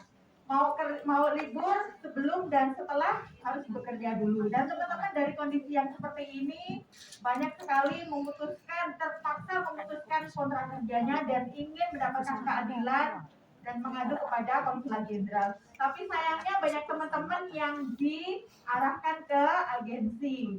Dan teman-teman sekalian, Bapak Ibu semuanya, agensi yang punya prioritas keuntungan, mereka tidak akan mengindahkan bagaimana pemenuhan hak dan juga kebutuhan buruh migran selama di Hong Kong. Jadi kami memohon supaya Konsulat Jenderal Indonesia memberikan pelayanan di seluruh distrik di Hong Kong, karena teman-teman sudah mendapatkan beban yang sangat berlipat, baik fisik maupun psikologis serta keuangan. Dan teman-teman memilih tidak berlibur ke Causeway Bay sebagai pusat pemerintahan yang ada di Hong Kong, di Indonesianya. Mereka memilih bekerja dan libur di distrik mereka masing-masing. Jadi mohon untuk konsulat membuka pelayanan secara rutin, baik kesehatan maupun pengaduan dan juga penyelesaian kasus-kasus di setiap distrik di seluruh penjuru Hong Kong. Yang kedua adalah supaya pemerintahan Indonesia di sini memberikan himbauan secara rutin di media sosial maupun koran-koran di Hong Kong supaya majikan mengindahkan hak buruh migran. Jadi mereka tidak semena-mena memperlakukan buruh migran. Yang ketiga adalah mempublikasikan agensi yang jelas-jelas melakukan pelanggaran, baik itu pelanggaran penahanan dokumen maupun pelanggaran lain-lainnya. Jadi begitu, terima kasih. Assalamualaikum warahmatullahi wabarakatuh. Waalaikumsalam warahmatullahi wabarakatuh. Sebelumnya apakah ada tanggapan, pandangan dari Bu Yani dan Pak Rendra atas situasi yang dihadapi oleh teman-teman? Terima kasih Mbak. Pertama tadi dari Mbak Lina yang ke Hong Kong, ada dari Elizabeth, ada dari Pilar, ada dari UAM ya, dan juga TKI. Ini saya hanya beberapa yang kami mencoba yang terkait dengan yang pertama terkait dengan jam kerja ya. Kan jam kerja memang sudah diatur di dalam jam kerja, dan mohon dari teman-teman bukan juga coba surat ke kami ya, mudah-mudahan kami bisa menekan perusahaan P3MI di sini, karena hanya melalui P3MI yang memang mereka memiliki tugas dan tanggung jawab terhadap para pekerja migran di dalam rangka pemenuhan hak-haknya. Jadi memang ada 3 tugas yang diamankan di dalam undang-undang bagi P3MI. Yang pertama adalah mencari pasar kerja, yang kedua menempatkan pekerja migran, yang ketiga adalah memastikan terpenuhinya hak-hak pekerja migran Indonesia. Nah, untuk itu kalau kami juga terinfo, kami coba akan tekan bagaimana P3MI wajib berperan di dalam rangka melakukan menjamin perlindungan para pekerja migran Indonesia, terutama di dalam rangka memenuhi, mengimplementasikan perjanjian kerja. Dan waktu ibadah juga mungkin perlu disampaikan ya nanti oleh perwakilan kita di KJRI kepada pengguna maupun di sana, bahwa mayoritas pekerja migran Indonesia adalah muslim. Untuk itu ibadah merupakan hak asasi manusia yang memang sudah selayaknya bisa dijalankan. Jadi memang antara hal ini memang perlu juga perhatian khusus dari teman-teman di KJRI bagaimana bisa menyampaikan kepada para calon pengguna dan pengguna bahwa para pekerja migran Indonesia yang memang mayoritas beragama Islam diwajibkan dari mereka untuk dapat memenuhi hak tersebut. Saya rasa itu ya. Misalnya selebihnya saya ini Pak Riki nih Pak Konjen yang perlu merespon. Terima kasih.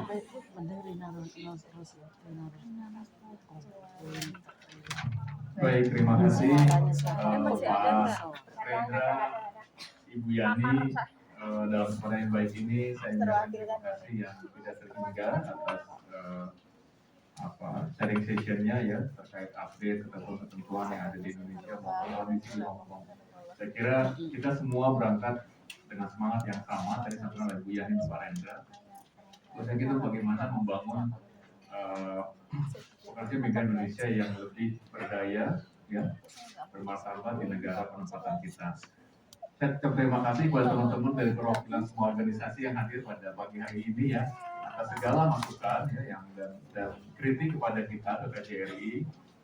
Dan saya terus terang sangat senang karena saya bisa mendengar langsung. Walaupun saya setiap hari pun saya di lapangan ya, menangani berbagai permasalahan yang tanggal teman-teman. Nah terkait, izinkan saya merespon beberapa keluhan dari teman-teman.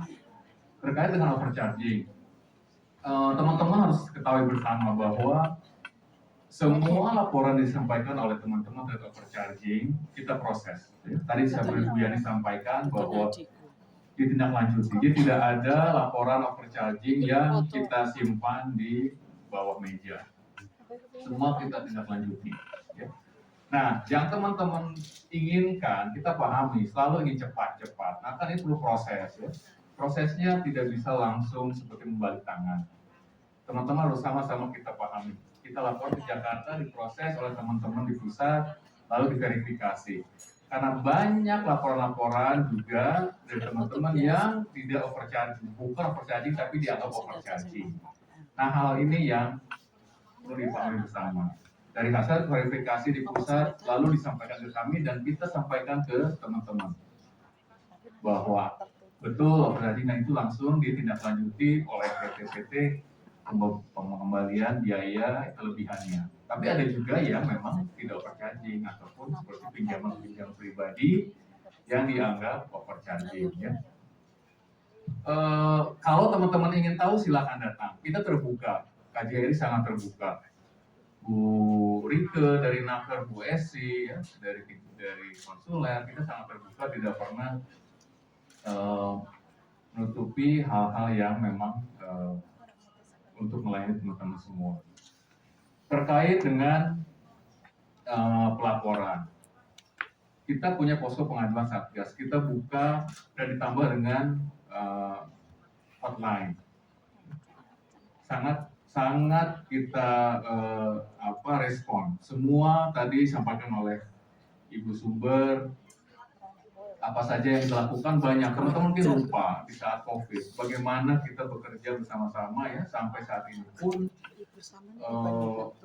Kalau saya boleh sebutkan, bagaimana sertifikat vaksin itu disediakan ke pemerintah Hong Kong. Ya, terkait dengan UMR, kita bicarakan langsung dengan pihak labor. Bahwasannya kenaikan gajinya tidak memuaskan teman-teman, semua saya kira dari teman-teman lain pun tidak hanya Indonesia. Kita sama-sama, tapi intinya adalah ini semua kita usahakan.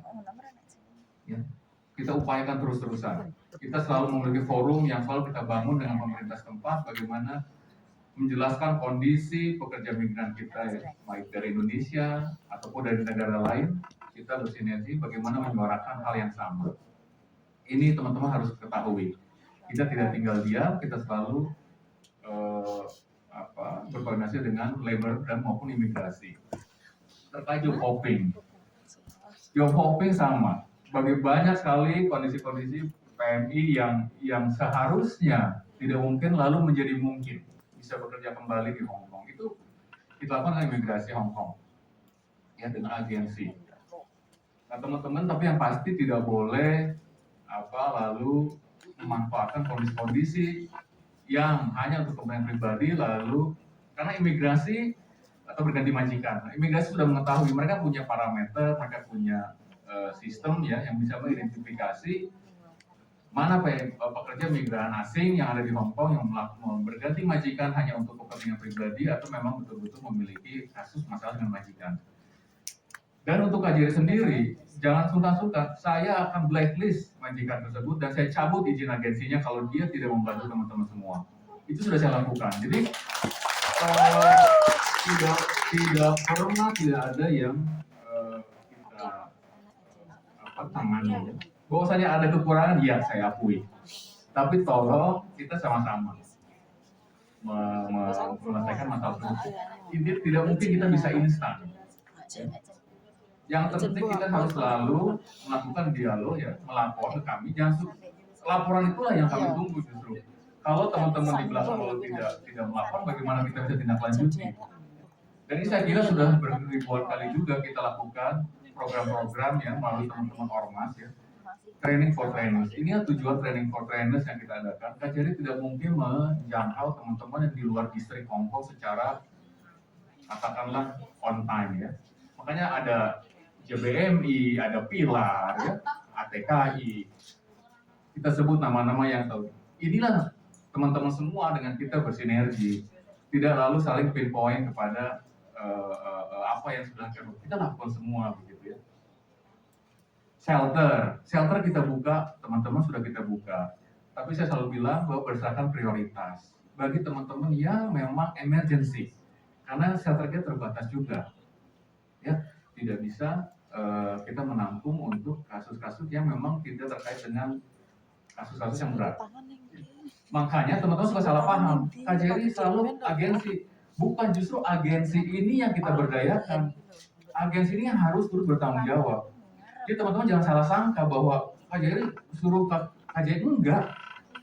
Kalau memang agensinya tidak bertanggung jawab, itu tadi saya bilang, saya sanksi, saya kenakan sanksi berat.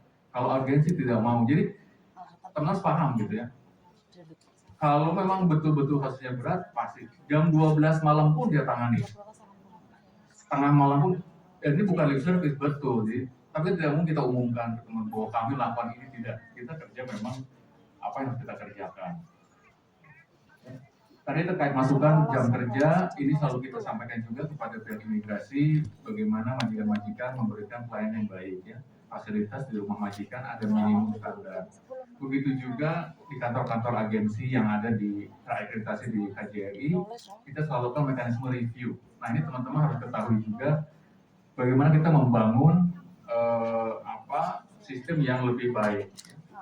Agensi yang tidak abal-abal, yang tidak layak, yang tidak sesuai dengan kriteria yang kita tetapkan bersama pusat, sesuai ketentuan yang ada, kita cabut izinnya. Bagaimana teman-teman mengakses bisa dilihat di website kita, ya, di medsos kita. Agensi-agensi yang tidak tercantum berarti dia sedang kena sanksi, berarti dia sudah dicabut. Jadi itu bisa diakses. Hal-hal lainnya, saya kira itu ya teman-teman bisa menambahkan. Overcharging tadi banyak overcharging ya. Tadi saya sampaikan dengan Bu Yani, terima kasih Bu Yani beberapa dan Pak Rendra, laporan-laporan dari kita ditindaklanjuti dan ini merupakan hal yang dibutuhkan oleh teman-teman di Hongkong. Ini mungkin respon dari saya. Terima kasih atas semua masukan yang disampaikan kepada saya dan percayalah saya akan terus bekerja ya dengan baik dan terbuka ya. Bahwasanya ada kekurangan, mohon kita lakukan perbaikan bersama-sama. Terima kasih. Saya buka lagi pertanyaan dari sebelah sini. Izin Mbak Elvi, saya menanggapi sedikit tadi yang disampaikan. Iya, teman-teman sobat migran, Parti dan jajaran, sungguh kami sangat mengapresiasi ini bukan hanya depannya Pak Riki ya. Tapi KJRI Hongkong ini salah satu perwakilan yang sangat responsif, tepuk tangan dulu untuk jadi kami sangat terbantu dengan seringkali dilaporkan kaitan dengan adanya grepek misalkan overcharging. Dan saat itu juga begitu ada grepek dari sisi SIP2MI kami tunda Pak, gitu. Karena emang harus diselesaikan dulu. Nah, namun bahwa di dalam penyelesaian memang kan harus ada proses klarifikasi. Jadi ini yang tadi betul disampaikan oleh Pak Konjen bahwa ada hal-hal yang betul-betul harus dipelajari. Gitu. Seringkali mohon izin mungkin sedikit menceritakan kita berbagi ini ya, berbagi pengalaman gitu. Kebetulan kami juga teknis. Jadi misalkan ada teman-teman yang utang pribadi ini seperti ini untuk tinggalan keluarga. Nah kalau memang di atas hitam di atas putih itu ada tanda tangan teman-teman, tentu saja ini adalah di luar mekanisme penempatan. Nah, ini utang pribadi. Nah, ini yang tadi ya betul-betul kami klarifikasi. Karena kalau kami salah, kami pun ikut gitu sama teman-teman. Jadi makanya ini perlu waktu. Nah, waktu beberapa waktu yang lalu, beberapa tahun ya, sebelum pandemi, ada satu PT itu yang mengajukan overcharging itu ada hampir sekitar 80 orang. Nah ternyata teman-teman PMI ini katanya tidak merasa hutang pribadi, tapi tanda tangan palsu. Dan ini betul-betul waktu itu juga kami klarifikasi, kemudian kami minta IPT untuk mengembalikan uang, kami laporkan juga ini sama Naker dan kena sanksi. Jadi contoh hal seperti itu memang kita berkoordinasi intens antar teman-teman di perwakilan, dalam hal ini kebetulan kasusnya KDI Hongkong dan Taiwan, KDI, kemudian Naker dan kami. Nah ini hal-hal yang sangat perlu kami butuhkan adalah bagaimana teman-teman yang di lapangan dengan TNI, kalau memang ternyata ada hal-hal yang di luar daripada kontrak kerja atau pelanggaran, tolong dilaporkan. Karena kalau kami tidak dibantu dengan pelaporan, kami tidak akan bisa mengawasi sekian ribu teman-teman PMI. Nah, untuk bisa ke depan agar tata kelola ini semakin bagus di penempatan dan perlindungannya, maka kita butuh bersama-sama dengan teman-teman untuk memberikan masukan-masukan. Tadi sudah dijelaskan sama Pak Riki dan luar biasa ya. Memang betul-betul dari ngomong ini termasuk yang sangat responsif di dalam bagaimana menindaklanjuti masukan-masukan atau pengaduan dari teman-teman, termasuk bagaimana segera berkabar ke kami untuk bisa menyelesaikan kasus-kasus yang ada. Mungkin itu tambahannya. Terima kasih. Terima kasih. Selanjutnya saya buka lagi pertanyaan. 1, 2, dan terakhir Ibu yang di sana.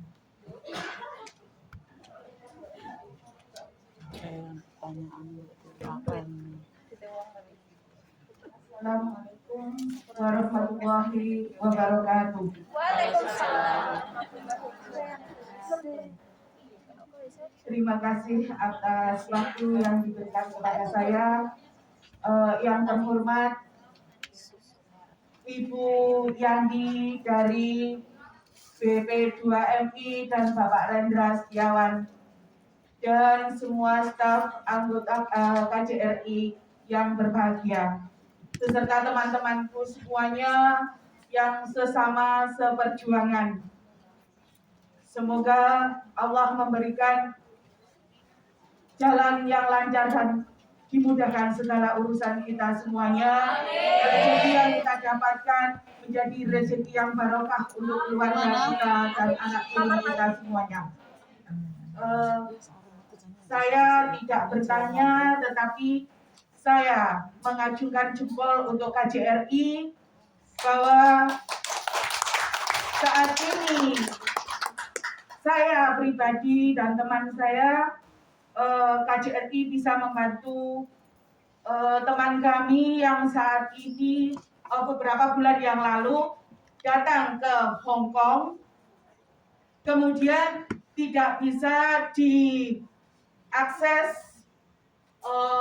PCR-nya di pemerintah Hong Kong, dan dia akan kena denda $10.000 Hongkong.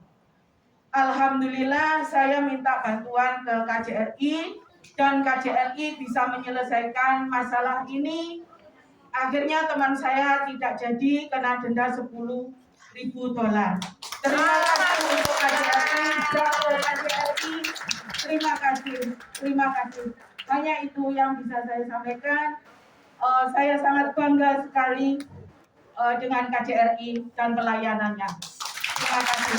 Wassalamualaikum warahmatullahi wabarakatuh. Selanjutnya tadi Ibu yang silakan.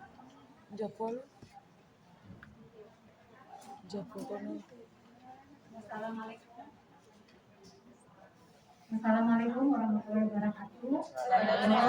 Salam sejahtera bagi semuanya. Yang saya hormati Bapak Jenderal Indonesia Bapak Riki, dan yang saya hormati juga Ibu Yani dan juga Bapak Rendra dari Jakarta. Terima kasih buat waktu dan kesempatan diberikan kepada saya. Perkenalkan, nama saya Roganda Prastika Huta Barat. Saya dari organisasi Pemuda Batak Bersatu. Di Di sini secara khusus saya mengucapkan banyak terima kasih buat KJRI Hong Kong, yang mana sepanjang tahun 2022 ini saya lihat penata-layannya sungguh sangat luar biasa. Terima kasih dan tepuk tangan yang luar biasa untuk KJRI Hong Kong. Yang mau saya sampaikan yaitu usulan dari kami, bahwasanya kita lihat dari tadi itu semuanya hanya berbentuk tuntutan-tuntutan yang disampaikan oleh teman-teman. Dan kita tahu bahwa setiap tuntutan-tuntutan itu pastinya KJRI Hong Kong sangat merespon dan menanggapi, meskipun mungkin hanya dibutuhkan kesabaran buat kita untuk menerima realisasi dari setiap tuntutan-tuntutan itu. Jadi di sini usulan saya, apabila berkenan nantinya, puji Tuhan direspon.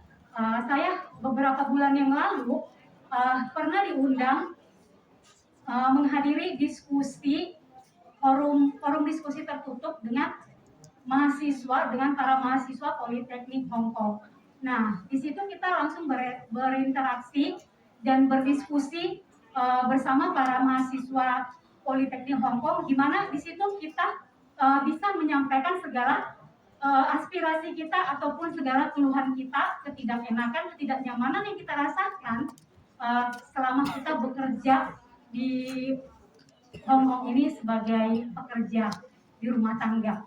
Nah, kalau menurut saya ada baiknya apabila KJRI Hong Kong mungkin bisa mengadakan forum diskusi seperti itu yang langsung melibatkan orang Hong Kong ini sendiri, baik mahasiswa ataupun mungkin para majikan. Dan apabila yang paling mungkin bisa dihadirkan itu, yang notabene itu adalah majikan yang tanda kutip. Kita mungkin tahu ya tanda kutip itu seperti apa. Jadi segala apapun yang menjadi keluhan kita bisa tersampaikan langsung kepada orang-orang Hong Kong ini. Karena memang sesuai dengan yang sudah saya pernah ikuti, bahwasannya diskusi ketika kita berdiskusi dengan para mahasiswa Politeknik Hong Kong ini sangat luar biasa. Jadi mereka itu banyak menyampaikan pertanyaan-pertanyaan mengenai keluhan-keluhan kita dan apa-apa saja yang membuat kita itu nyaman dan tenang untuk bekerja di Hong Kong ini. Khususnya terlebih seperti saya sendiri yang sudah 10 tahun di Hong Kong ini dengan satu majikan, itu menjadi satu pegangan buat mereka, yang mana kita tahu bahwa para mahasiswa ini adalah calon-calon generasi masa depan di Hong Kong ini yang akan mungkin nantinya mereka akan menggunakan ataupun mempekerjakan orang Indonesia untuk di rumah tangga mereka. Jadi saya rasa ini satu usulan dari saya untuk menjadi solusi yang tepat untuk aspirasi semua teman-teman yang tadinya itu untuk hak libur, untuk masalah uang makan ataupun masalah istirahat, hak untuk beribadah. Itu mungkin kalau kita langsung berinteraksi ataupun berdiskusi bersama orang Hong Kong ini akan tersampaikan dengan tepat dan mengenai sasarannya begitu. Jadi kita tidak hanya menuntut KJRI untuk memenuhi setiap permintaan kita ataupun untuk memenuhi tuntutan kita, tapi ada baiknya solusi yang kita berikan, yang kita sampaikan, agar semua apapun keluhan teman-teman baik di luar sana maupun yang ada di sini itu tersampaikan dengan tepat sasaran. Demikian yang mau saya sampaikan. Terima kasih sekali lagi untuk KJRI Hong Kong. Shalom, salam sejahtera.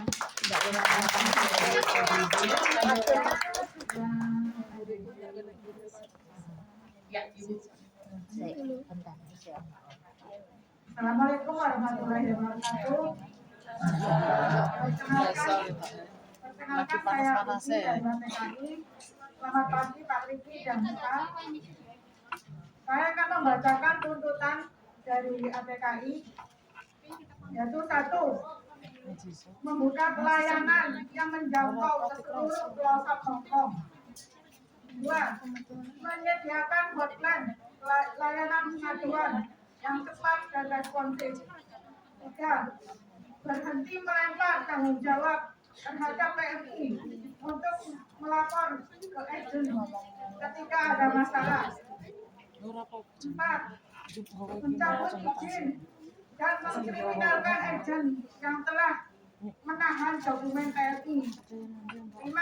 Transparansi informasi agen yang melanggar aturan atau yang mendapat sanksi